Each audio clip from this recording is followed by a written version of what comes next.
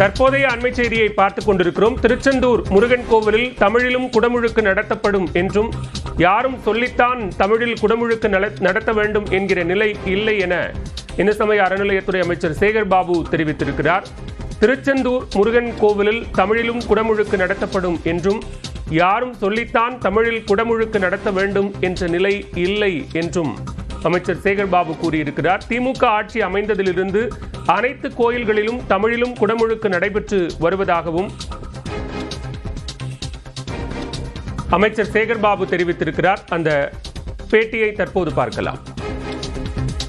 இந்த ஆட்சி ஏற்பட்ட பிறகுதான் தமிழிலே அர்ச்சனை செய்யப்படும் என்று பதாகை வைத்து அர்ச்சகர் அந்த அர்ச்சனை செய்கின்ற அர்ச்சகருடைய பெயரையும் அவருடைய கைபேசி எண்ணையும் அறிவித்த ஆட்சிதான் எங்களுடைய ஆட்சி என்பதை பெருமையோடு சொல்லிக்கொண்டு எங்கும் தமிழ், எதிலும் தமிழ், இதுதான் திராவிட மாடல் ஆட்சியுடைய நாயகன் எங்கள் முதல்வருடைய கொள்கை. ஆகவே திருச்செந்தூரில் அருள்மிகு முருகப்பெருமானுடைய குடமுழுக்கு தமிழிலும் நடத்தப்படும்.